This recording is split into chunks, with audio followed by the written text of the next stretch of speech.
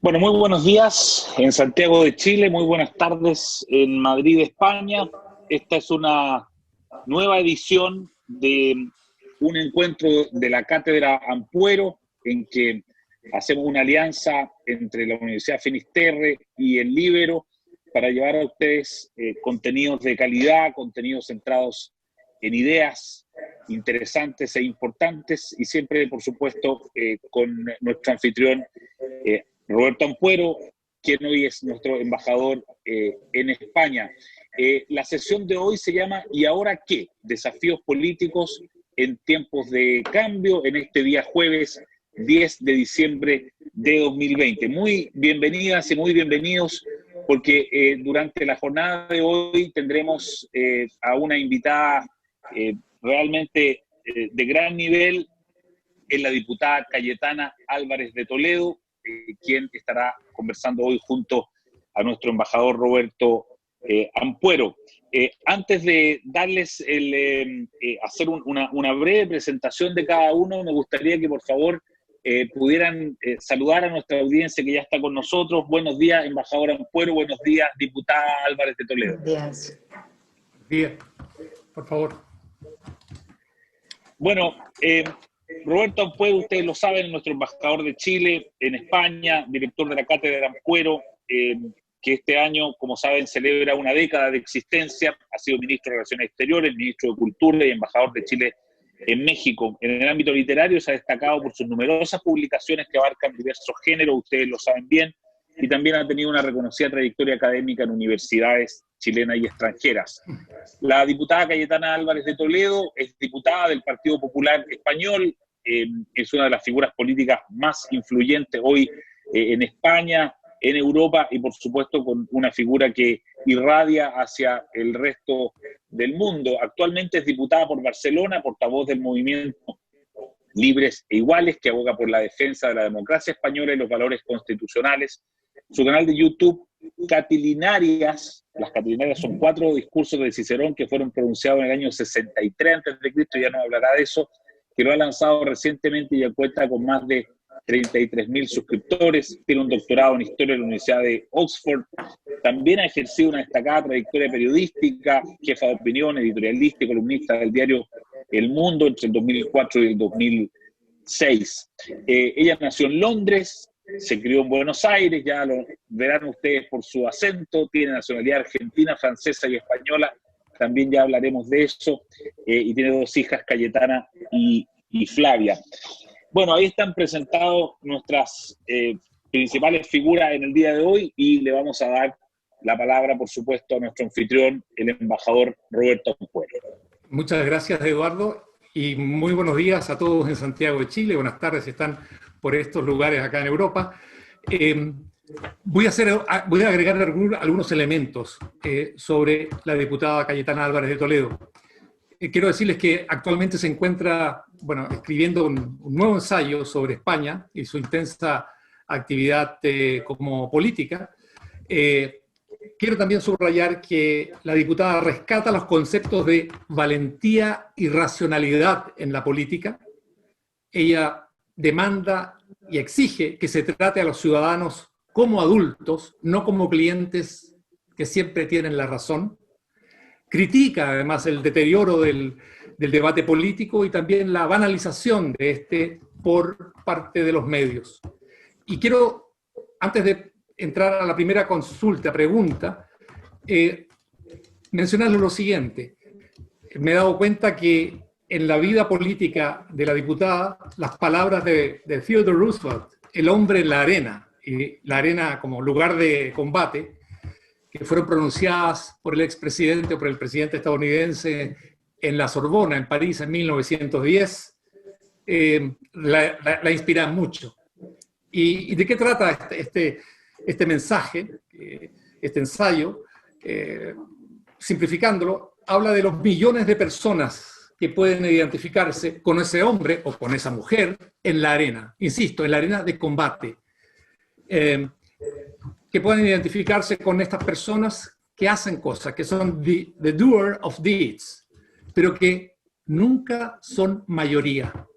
Son una minoría de hombres y de mujeres que luchan todos los días, y acá cito, con el rostro manchado de polvo, sudor y sangre, el que lucha con valentía, el que se equivoca y falla el golpe una y otra vez, porque no hay esfuerzo sin error ni limitaciones, el que se agota o el que agota sus fuerzas en defensa de una causa noble, el que, si tiene suerte, saborea el triunfo de los grandes logros, y si no lo tiene y falla, fracasa al menos atreviéndose al mayor riesgo en la arena.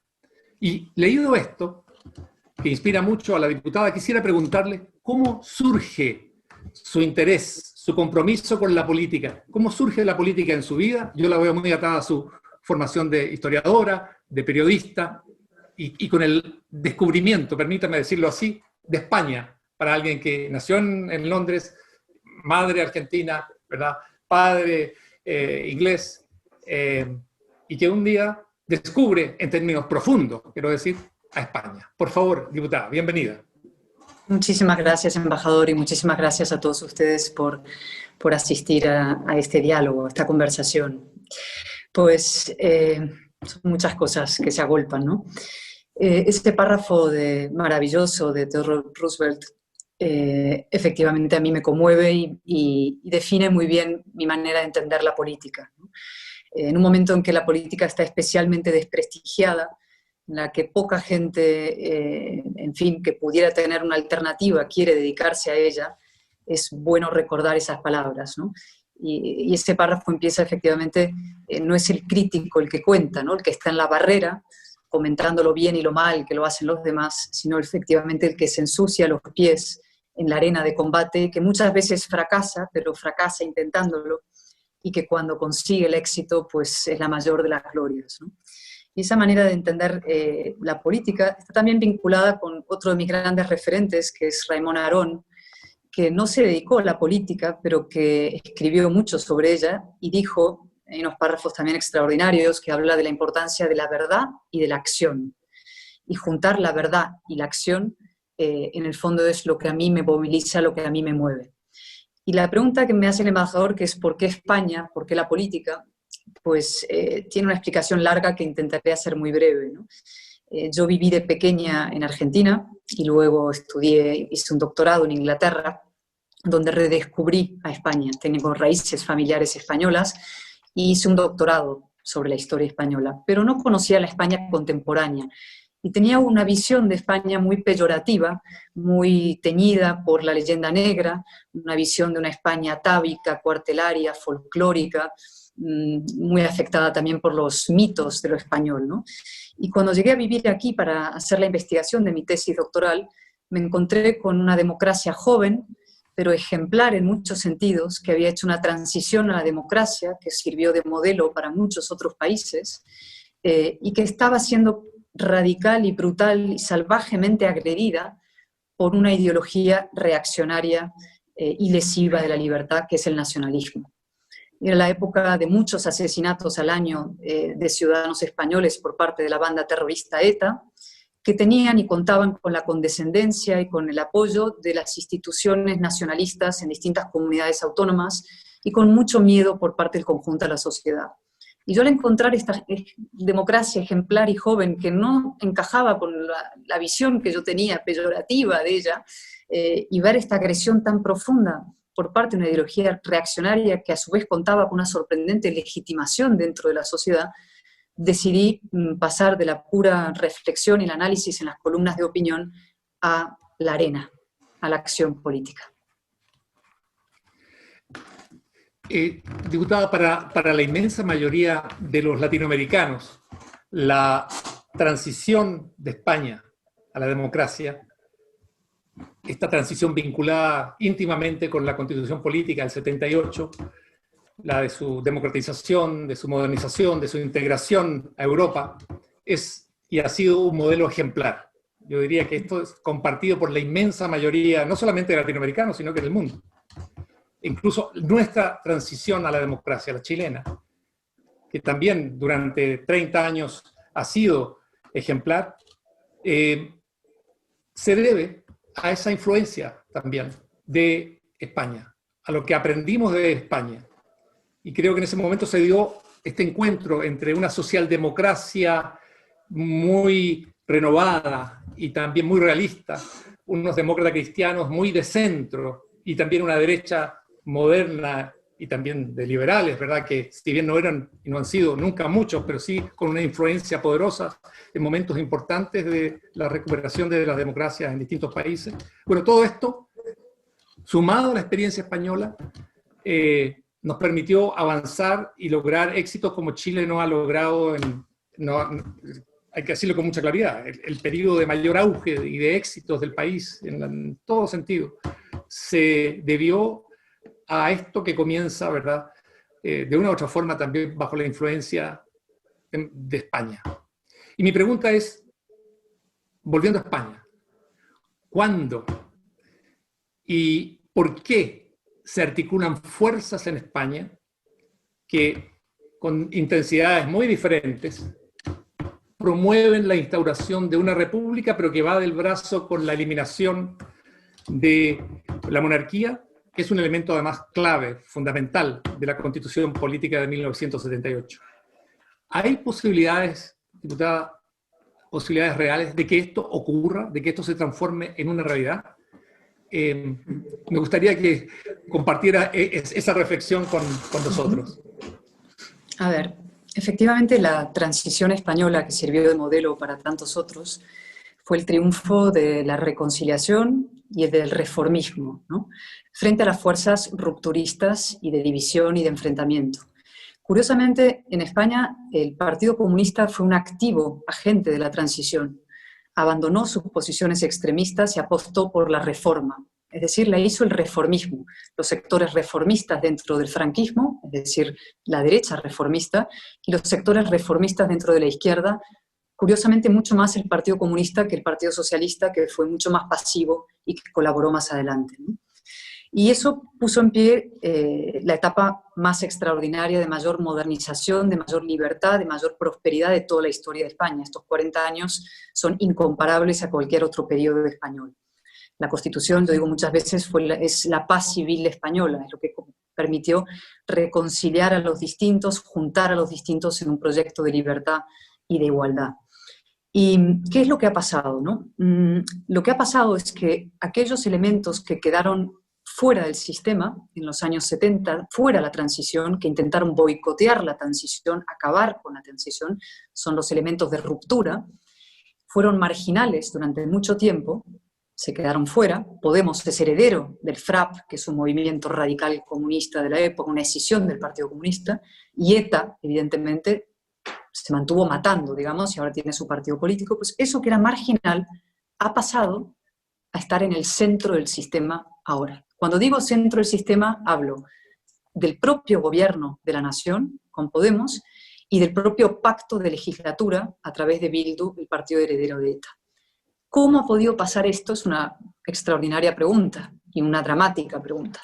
Y la respuesta, me temo, que está en la abdicación del Partido Socialista al pacto constitucional.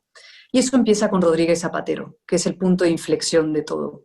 Rodríguez Zapatero es un punto, como digo, de cambio dentro de la trayectoria del Partido Socialista. Podría haber continuado la labor de reformismo constitucional, pero él decide romper las reglas del juego y buscar una alianza con esos sectores rupturistas para garantizarse una especie de poder a perpetuidad dentro de un marco dominado por la izquierda y el nacionalismo y arrinconar a la derecha.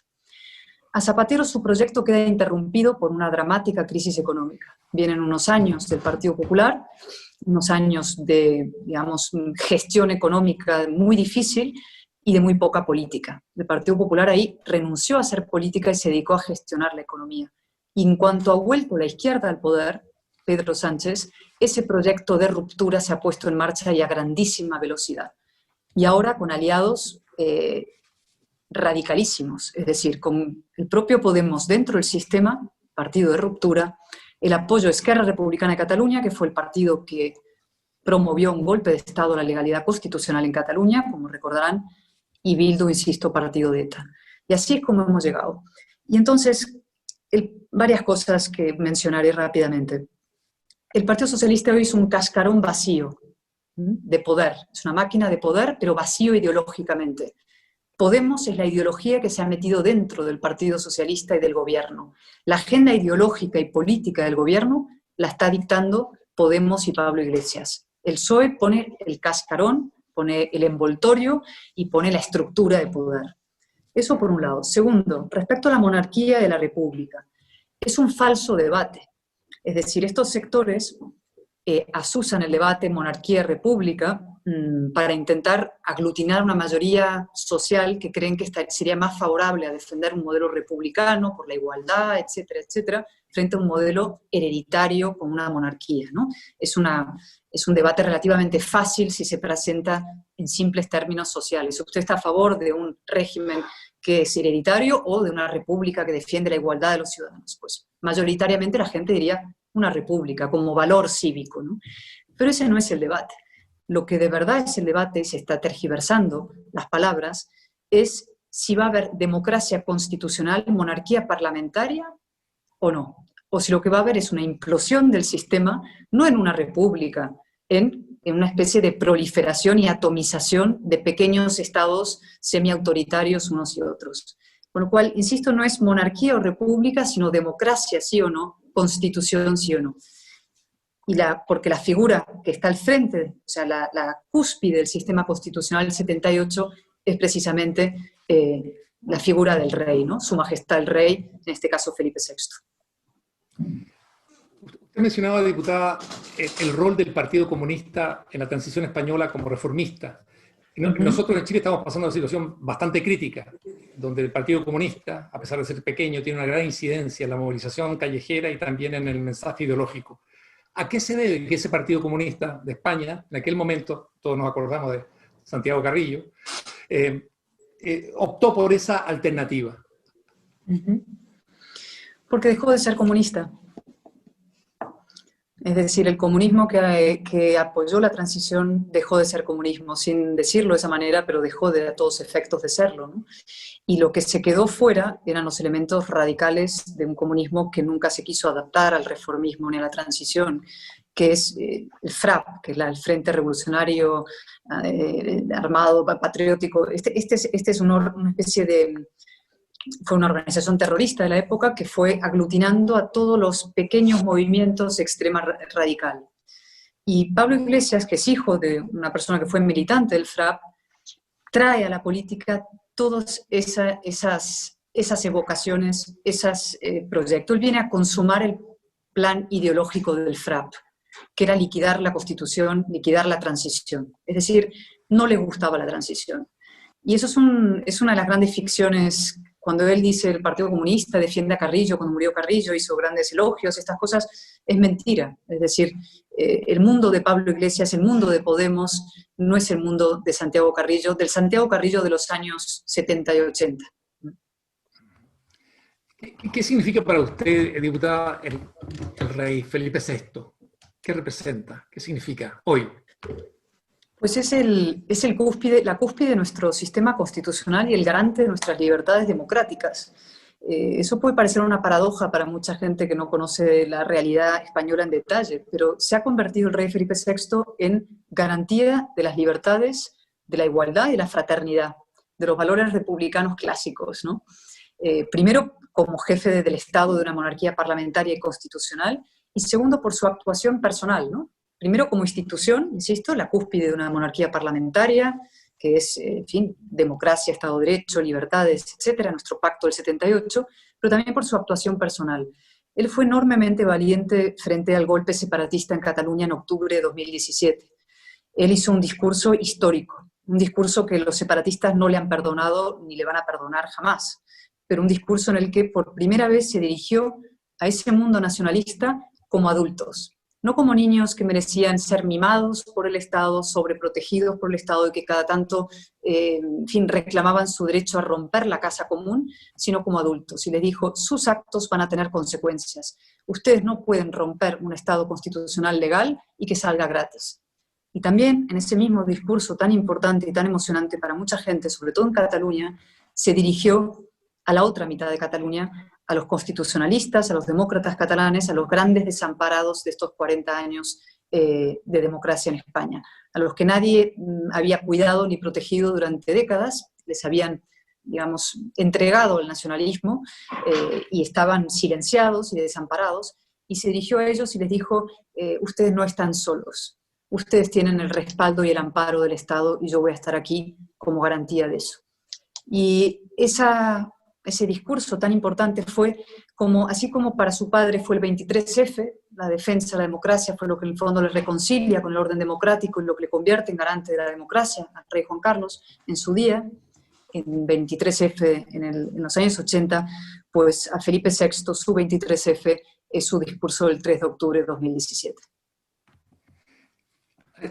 Diputada, a partir de lo que es el ascenso de China a nivel mundial y la lucha prácticamente de igual a igual en términos económicos, pareciera que va en esa dirección, ¿verdad?, entre Estados Unidos y China, a partir del surgimiento de los smartphones y también de todo lo que son las nuevas tecnologías, inteligencia artificial, hay un elemento aquí interesantísimo que tiene que ver con el cuestionamiento a las democracias liberales. Está bastante extendido en el mundo, se percibe, y tenemos al mismo tiempo, dentro de muchos países, por un lado una socialdemocracia que parece que quedó sin referente inspirador después del término de la Guerra Fría, pero tenemos también, y usted lo mencionaba, una centroderecha que se ocupó mucho de los números y de hacer bien las cosas en la economía, pero dejó de lado lo que es la batalla de las ideas, también algo que afectó a los liberales. Y este es el cuadro que tenemos hoy, muy complejo a nivel internacional, justo en la democracia, se ve con mucha claridad, junto con un cuestionamiento de la clase política. ¿Cómo se sale de esto? Porque esto tiene un precio altísimo. ¿Cómo se sale y qué piensa para España? Muchas cosas. A ver, sí, la pregunta de quién pone orden y qué orden pone después de estos años y este caos todavía no tiene respuesta, ¿no? Lo que tenemos que contestar, la respuesta que tenemos que dar es qué orden queremos que se ponga y pongámonos a trabajar, ¿no? ¿Y cuál es el orden que queremos restablecer? Yo creo que no hay realmente una alternativa mejor al orden de las democracias liberales, ¿no?, a los grandes valores de la Ilustración que han hecho posible la convivencia, el progreso, la paz y la prosperidad de las naciones. Es decir, yo no creo que exista una alternativa autoritaria a la China, el modelo chino como una alternativa deseable. No me parece que eso sea el camino, ¿no? Por tanto, siempre la pregunta más bien es qué tenemos que hacer nosotros, qué tenemos que hacer los demás, ¿no? Pues en el caso podemos ir por partes, ¿no? Yo creo claramente que tenemos que reconstruir y fortalecer sobre nuevas bases una nueva alianza de demócratas de ambos hemisferios, ¿no?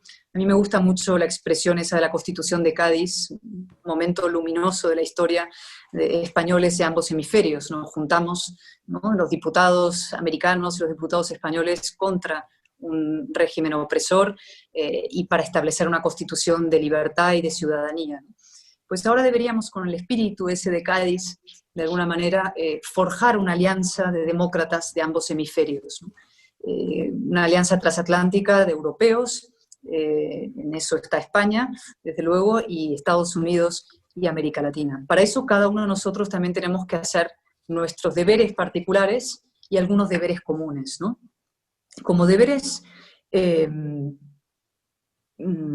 particulares europeos podemos externarlos largamente, ¿no? Europa vive también su crisis de identidad a partir del Brexit, hay tensiones internas con qué regímenes democráticos, si se acatan todas las leyes internas de la Unión, ¿no? El tema de Hungría y Polonia, el auge del nacionalismo, es decir, hay muchos problemas dentro de la propia Europa con su identidad. Estados Unidos, 3/4 de lo mismo, es decir, los años de Trump, que fueron una reacción identitaria a un modelo también identitarista de la izquierda, pues ha dado pie a un resultado de Biden importante, una victoria, pero que tampoco resuelve del todo los problemas de fondo. Es decir, Trump ha sacado un resultado muy, muy notable para las políticas que había llevado a cabo, el personaje, el perfil que tiene, y los dos partidos tienen que hacer introspección y empezar a definir un proyecto ideológico mucho más cercano, en mi opinión, a los conceptos estos de ciudadanía y del individuo, y más alejado de las políticas identitarias de un tipo o de otro, ¿no? Y en América Latina yo creo que es pues 3/4 partes de lo mismo en muchos países. Es decir, esto tiene que ver con la batalla cultural. Si tenemos que encontrar una manera de aunar estos deberes comunes que tenemos que hacer, yo lo llamaría la batalla cultural. Decía hace un momento, ¿no? La izquierda tiende a hacer política mucho y de manera muy creativa, la izquierda radical, y la derecha en general se ha limitado a gestionar los números, pensando que con eso bastaba. Y eso no es verdad. Hay que librar la batalla de las ideas, ¿no? Y esa batalla es compleja y es distinta a lo que era.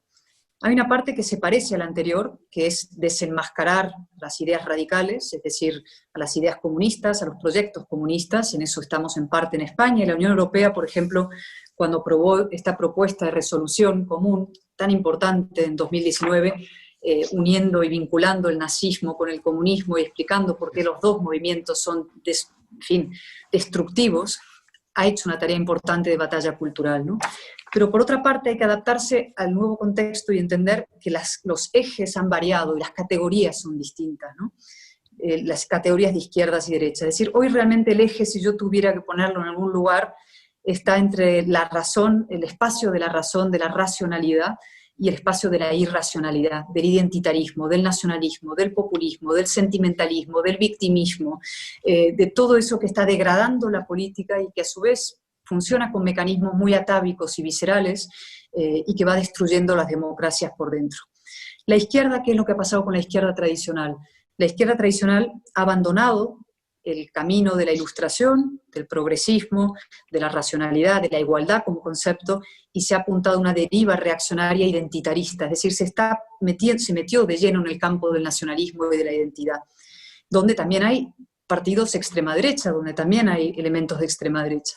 Pero entonces tenemos que conseguir que todo ese enorme espacio donde hay socialdemócratas, donde hay liberales, donde hay conservadores, donde hay personas que no se sienten identificados con un partido u otro, pero que sí comparten esos valores transversales comunes, trabajemos conjuntamente en defensa de estas ideas, en denuncia de las destructivas agendas contrarias, y a su vez trasladar las ideas a la acción política, que probablemente sea lo más difícil.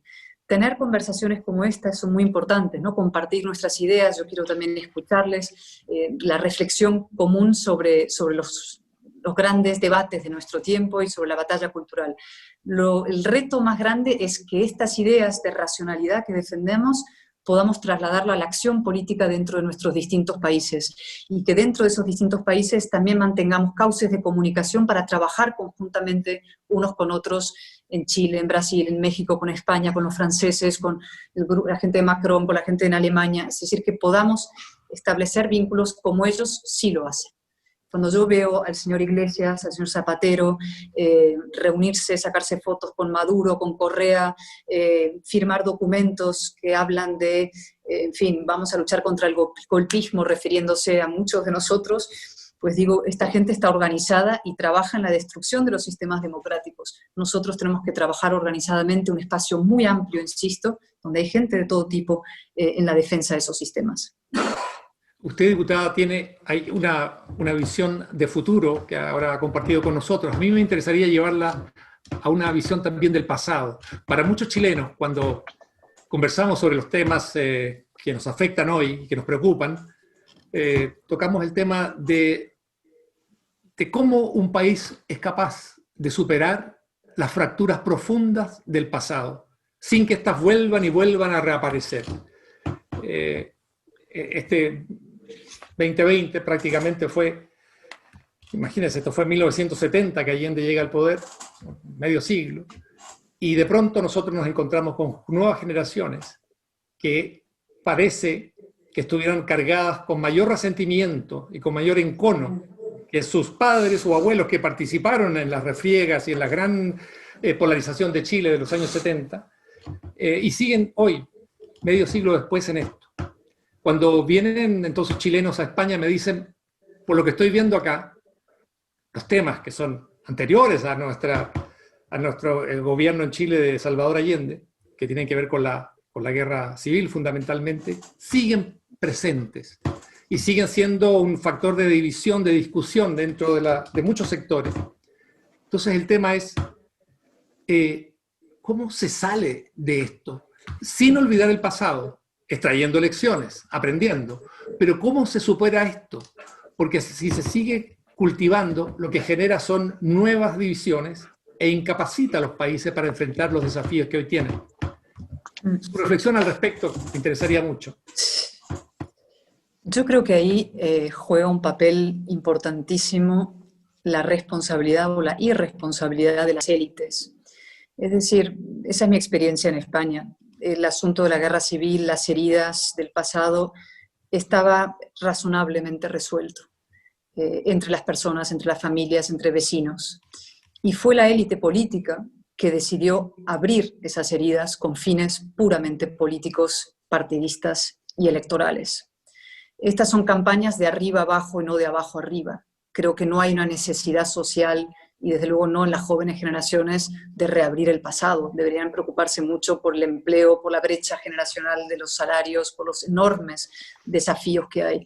Pero desde arriba, desde las élites políticas, se ha utilizado la historia, se ha removido la historia para intentar seguir ganando elecciones hoy. Y eso merece una severa condena pública y una denuncia pública y un desmontaje público. Eso hay que explicarlo, ¿no? Y por parte de eso es una enorme frivolidad. Es, insisto, una irresponsabilidad y una enorme frivolidad. Porque esas operaciones que pueden servir a uno para ganar, para asusar los sentimientos y para ganar elecciones, efectivamente causan rupturas interiores muy profundas y desgarros muy profundas. Porque operan no solamente sobre memoria, la memoria colectiva, que siempre es complicado, sino que también sobre la ignorancia de las nuevas generaciones sobre el pasado. Ahí necesitamos contratar una legión de historiadores, gente de verdad neutral, objetiva y magnífica que se dedique a explicar la historia con sus luces y sus sombras a las nuevas generaciones. Pero hoy en día es verdad que los jóvenes se dejan llevar mucho más por el sentimiento y por la manipulación que se puede hacer de su pasado que ellos desconocen por parte de las élites políticas. Con lo cual, ¿cuál es la solución? Pues, salvo una milagrosa caída en la responsabilidad de unos y otros a nivel político, intelectual y de los medios de comunicación, pues toca ser muy combativos y explicar la historia como es, denunciar estas operaciones sin ningún miedo, además.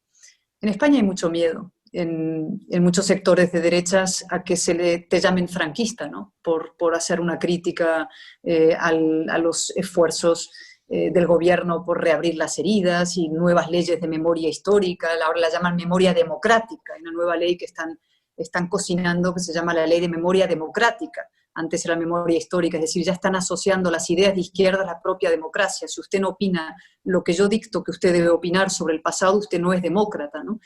Y todo eso hay que denunciarlo, y hay que decir que no y votar que no, con toda contundencia, decir, la guerra civil se acabó la guerra civil, y se acabó la guerra civil como argumento político.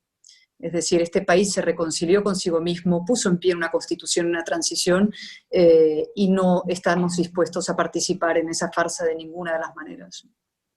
Muchas gracias, diputada. Quiero darle la palabra a Eduardo Sepúlveda, director del Líbero, para que continúe también con otras preguntas que siempre recogemos de quienes están participando acá en este programa. Por favor, Eduardo. Gracias, embajador. Bueno, efectivamente nosotros observamos desde acá, desde Santiago de Chile, sabemos que hay personas conectadas desde distintos lugares del mundo, pero el gran grupo que estamos aquí en Santiago de Chile observamos esto no con sorpresa, pero sí con una característica bien impresionante, bien impresionados, porque hay demasiada semejanza entre el proceso político actual español y el chileno. Cuando se habla de transición, cuando se habla de constitución, etcétera, cuando se habla de cómo hay un grupo, una izquierda más rupturista, ¿no?, que se ha instalado en el centro del debate. De verdad que es imposible no sentirse identificados como si fuese lo mismo, solamente que cambian los personajes, Franco por Pinochet, por decir algo, pero los procesos parecen muy parecidos. De hecho, y para traerlo un poco y capturar con una mirada un poquito chilenocéntrica el debate, aunque sea por algunos minutos, es imposible no darse cuenta de la similitud que hay entre nuestro Frente Amplio y Podemos, ¿no?, en España. El Frente Amplio chileno es un conglomerado político, podríamos decir, más joven en términos de edad, más novedoso, nuevo, que irrumpe hace no tanto tiempo en la escena política y que sin duda tenía como referente clarísimo a Podemos de España.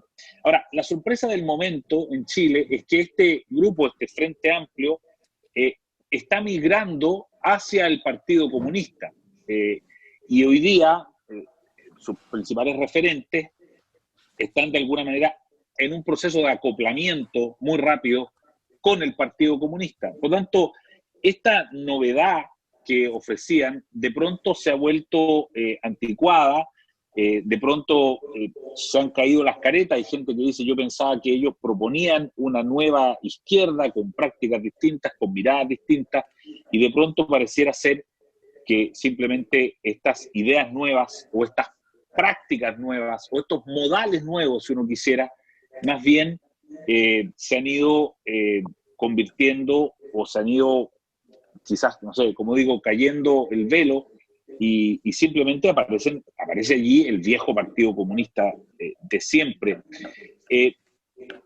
Ya hablamos un poco, y usted, diputada, mencionó el tema del Partido Comunista Español, pero ¿qué se le viene a la mente y qué le parece que este grupo que veía a Podemos como su referente de pronto pasa a convertirse simplemente en un satélite del Partido Comunista chileno? ¿Le sorprende una cosa como esa o no?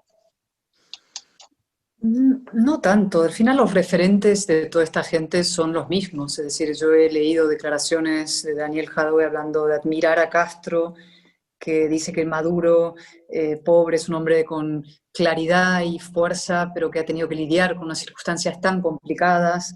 En fin, sus referentes ideológicos son los que son, y Podemos, pues 3/4 de lo mismo, ¿no? Todo esto es el Che Guevara, todo esto es Maduro, todo esto es el castrismo, es decir, son las viejas referencias de toda la vida que en un momento de crisis se disfrazaron de algo nuevo, pero que su proyecto ideológico de nuevo no tiene nada. Todo esto es profundamente antiguo, profundamente reaccionario, y así debe ser combatido, ¿no? Y sus objetivos son los mismos, es decir, yo no sé exactamente, bueno, tienen la suerte de no tener un gobierno de estas características ustedes en Chile, pero en Argentina, ¿qué está haciendo el gobierno y qué está haciendo Podemos? Exactamente lo que han hecho los partidos comunistas allí donde han gobernado. 4 elementos: el asalto al poder judicial de manera impúdica, es decir, lo están haciendo ya directamente sin ningún tipo de barrera y freno moral, ni mediático, ni social, es decir, quieren controlar y someter al Poder Judicial, hasta el punto de que las instituciones europeas han levantado una bandera diciendo, ojo, ¿qué están haciendo ustedes por este camino? 2, han creado un instituto dentro del gobierno para controlar la veracidad de las informaciones, el viejo y orwelliano Ministerio de la Verdad, que todos los regímenes comunistas instalan, es decir, controlemos lo que es verdad y lo que es mentira, lo dicen ellos. Tercer elemento, intentar cerrar o cercenar o limitar la acción del Parlamento. Cuando llegó la pandemia se les ofreció una ocasión maravillosa para intentarlo. Dimos una batalla tremenda en la primera ola en el mes de marzo y abril para evitar el cierre total del Congreso, y ahora han conseguido aprobar un estado de alarma de 6 meses sin control parlamentario, ¿no? Ellos limitan la acción del Parlamento. Y el último elemento evidente y clásico es dividir a la oposición. Es decir, buscar la fragmentación y la atomización y el enfrentamiento lo más cruel posible entre los sectores que podrían constituir una alternativa. Es decir, el proyecto es el mismo, los referentes son los mismos, y luego el revestimiento puede cambiar. Se hacen llamar ecologistas, se hacen llamar feministas, es decir, hay nuevos caminos para un mismo proyecto. Y esos caminos también tienen su interés, es decir, el feminismo radical, el revanchismo racial que han puesto en marcha algunos elementos, el separatismo que hay en Cataluña, es decir, todas estas formas, expresiones de políticas identitarias que son amparadas, protegidas, promovidas por la izquierda en contra de su ancestral defensa de la igualdad, sirven a ese propósito común que es separar, segregar, dividir a las sociedades, romperlas por dentro y debilitarlas en los sistemas democráticos. Esta es una reflexión que yo estoy haciendo ahora más en profundidad y estoy escribiendo en este ensayo que estoy preparando para ver si lo publico el año que viene, ¿no? Que es efectivamente el separatismo como uno de los grandes males contemporáneos, asociado a la identidad. El separatismo que está detrás de, por supuesto, los nacionalismos, por supuesto detrás de la ideología de género, detrás también del revanchismo racial, que yo llamo, y también de lo que es un término que utilizó Macron hablando del islamismo en Francia, que se montó un gran escándalo cuando lo utilizó, pero creo que está perfectamente utilizado. El separatismo, insisto, de la división y fractura y atomización de nuestras sociedades es el gran adversario a batir. Bueno, las diferencias y la equivalencia entre Chile y España también tienen que ver con el otro lado, con la otra vereda, ¿no? Con el mundo, digámoslo así, de la derecha. En Chile también, por lo menos, uno podría identificar 2 o 3 derechas, y usted ha dicho, diputada, que por supuesto tiene que haber un esfuerzo de unidad y de coherencia para enfrentar a estas izquierdas, ¿no? Que están con esta agenda planetaria. El punto es cómo hacer eso. En Chile estamos enfrentando un proceso constituyente. En abril hay una elección de representantes para la Convención Constitucional. Y la gran pregunta es si la derecha va a ser o no capaz de constituir una sola lista electoral que por supuesto, le traería muy buenos beneficios electorales, si es que es capaz de hacer una sola lista y competir contra una izquierda que va a competir probablemente en distintas listas. Y yo esto lo transfiero hacia España, porque en España también hay distintas derechas, por así decirlo, por lo menos como lo vemos acá, el Partido Popular, Ciudadanos o Vox. ¿Por qué no nos da su mirada respecto de la derecha española, de modo que también pueda servir como referente para nosotros y nuestros propios procesos? A ver, el gran éxito de José María Aznar, es decir, su gran contribución a la estabilidad y fortaleza de la democracia española fue precisamente unir todo lo que estaba a la derecha y la izquierda, ¿no? En los años 70, 80 y hasta finales de los 80, pues la derecha estaba dividida en distintas facciones, corrientes y partidos, ¿no? Y fue precisamente esa unión de todo lo que está a la derecha y la izquierda, que es una frase que se acuñó en la época, lo que permitió al Partido Popular gobernar, luego gobernar con mayoría absoluta y probablemente emprender la mayor modernización de España en sus décadas de democracia. ¿Y qué es lo que pasó después? Pues es una larga historia y triste historia, pero por resumir, el Partido Popular se rompió en 3. Se rompió en 3, primero por un lado, o sea, Ciudadanos surgió por el lado del centro, digamos, y luego se rompió por el lado de su derecha en el partido Vox. Todo ese espacio estaba antes más o menos cobijado dentro del Partido Popular, con algunos elementos probablemente que estarían más a la izquierda y otros que estarían más a la derecha y fuera de la cobertura del Partido Popular.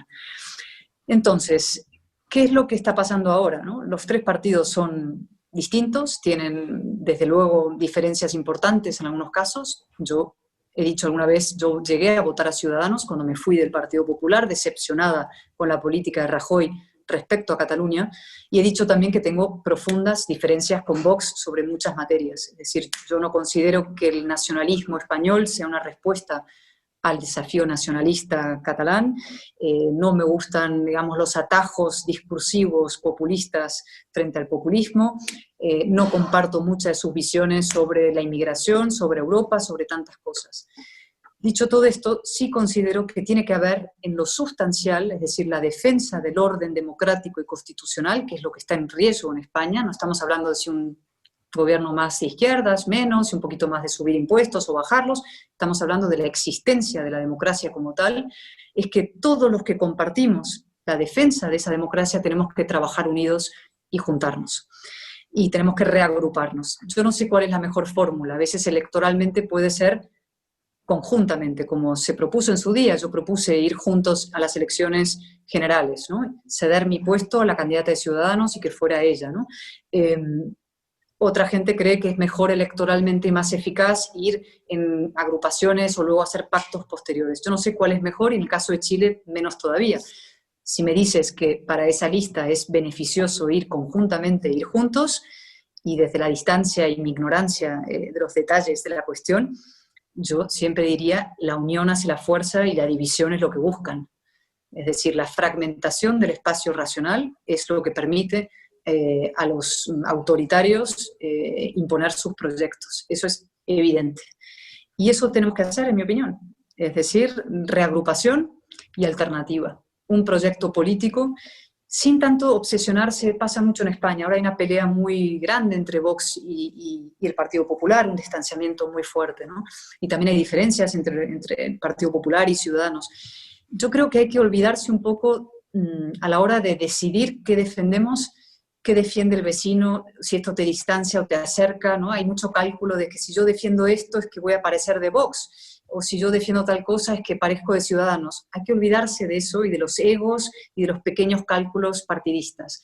Lo que hay que hacer es tener una voluntad de agrupación y de reagrupación y poner en pie un proyecto político alternativo a lo que hay.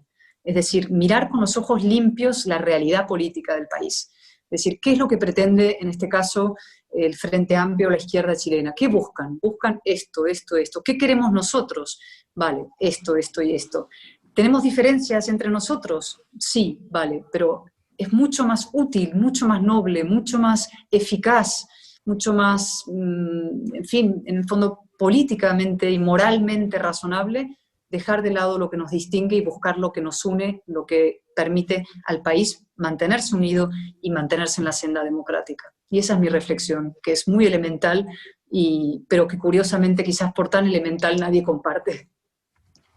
Diputada, usted dijo hace unos instantes que nosotros, claro, en Chile, dice, no nos pasa lo que en España, donde el gobierno, el Poder Ejecutivo lo tiene la izquierda. En Chile efectivamente eso no ocurre, pero uno podría hacerse la siguiente reflexión a propósito de este fenómeno internacional de agitación de la calle, porque lo hemos visto prácticamente en todas partes.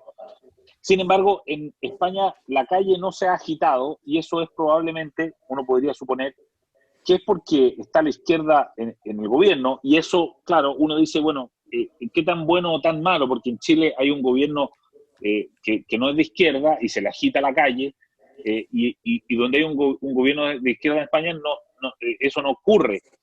Al final uno empieza a dudar de qué es más útil, ¿no? Sobre todo para el tema de las ideas y el tema efectivamente de lo que estamos planteando, si es más útil estar o no a cargo del gobierno para este tipo de momentos que estamos viviendo. Bueno, sin lugar a dudas, porque te van a agitar la calle, haya motivo o no haya motivo. Es decir, ellos cuando tú estás en el poder agitan la calle, cuando ellos están no agitan la calle, pero la conclusión es, pues entonces, que ellos siempre gobiernen para que no haya agitación en la calle. Y entonces acabas, en fin, con la paz de los cementerios. Y eso no es una solución, ¿no? Al contrario, lo que hay que hacer es no necesariamente agitar la calle, pero sí una gran movilización social y política cuando ellos gobiernan para denunciar lo que hay, para mantener la ciudadanía alerta, para no permitir que sus objetivos de anestesiar a la población puedan rendir fruto, ¿no? Y evitar, claro, esto es algo que yo he explicado con esto de la batalla cultural, una imagen que creo que más o menos ayuda a entender lo que vivimos en España y por lo que me dices de Chile también, ¿no? Que es el plano inclinado, ¿no? Es decir, esta es la batalla, así estamos en España y en muchos sitios del mundo y probablemente en Chile, donde la izquierda siempre está en la parte superior del plano, es decir, goza de una legitimidad moral, una superioridad moral, de sus proyectos y controla la cultura, la comunicación, los medios, es decir, la gente en general. El que es de izquierdas es superior moralmente al que no lo es, y los que estamos abajo, los liberales o los conservadores, siempre por tanto estamos en la batalla cuesta arriba, ¿no? Yo digo, con la imagen de Sísifo, con nuestra roca subiendo para intentar ganar unas elecciones y luego para gobernar contra, en fin, en ese plano que es inclinado. Ellos juegan con ventaja y nosotros siempre jugamos con desventaja. ¿Qué es lo que pasa? Que a veces cuando consigues gobernar, como el plano sigue siendo inclinado, tú consigues gobernar, pero ellos siguen arriba moralmente, entonces te agitan la calle, te lanzan a los medios de comunicación, te hacen la vida imposible, incluso una moción de censura y te echan, que es lo que le pasó a Mariano Rajoy, ¿no? Con lo cual, ¿qué deberíamos hacer los liberales o los conservadores o la gente ya racional en el sentido más amplio? Como he dicho, estos ejes han cambiado. Es trabajar para nivelar el tablero, es decir, para que juguemos con ventaja. Eso significa una acción cultural muy profunda, una acción en los medios de comunicación, una acción de combate de las ideas permanente. Pensar que porque gestionamos bien la economía eso es suficiente es una profunda ingenuidad. Y entre otras cosas, pues te colocas tu destino en manos de tu adversario. Es decir, si tu adversario lo hace muy, muy, muy mal en el gobierno y hay una crisis devastadora económica y social, pues entonces tienes alguna oportunidad de gobernar. Pero no gobiernas por tus propios méritos ni por tu propio proyecto, simplemente gobiernas por defecto, por incomparecencia o por claudicación y desastre del adversario.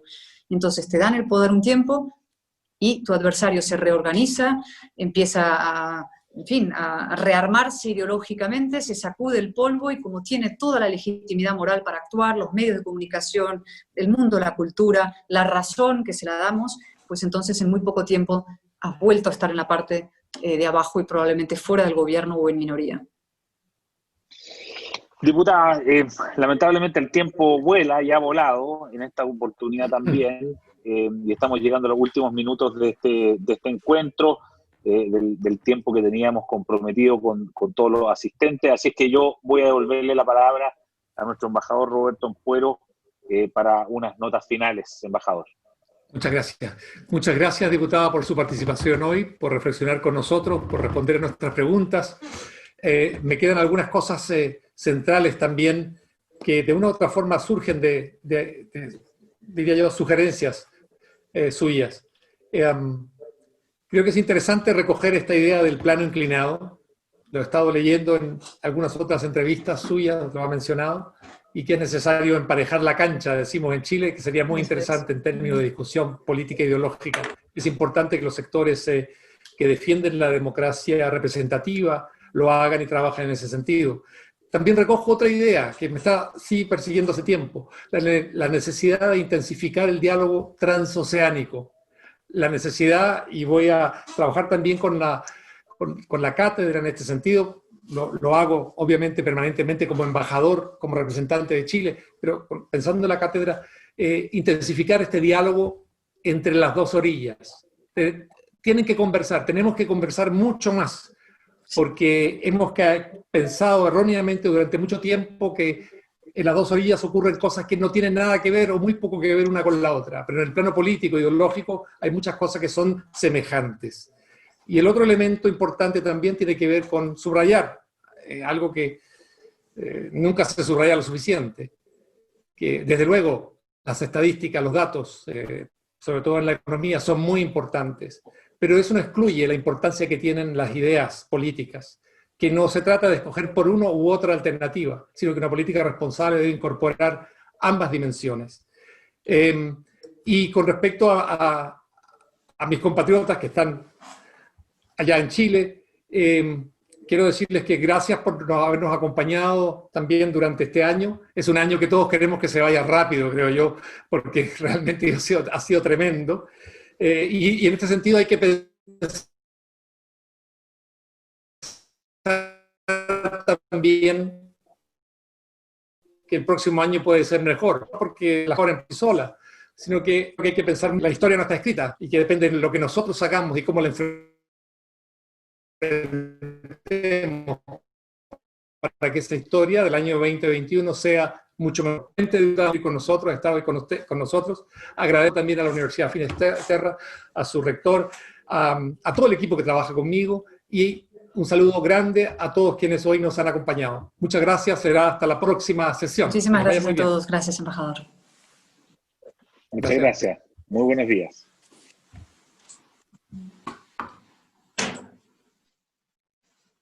Mucha interacción.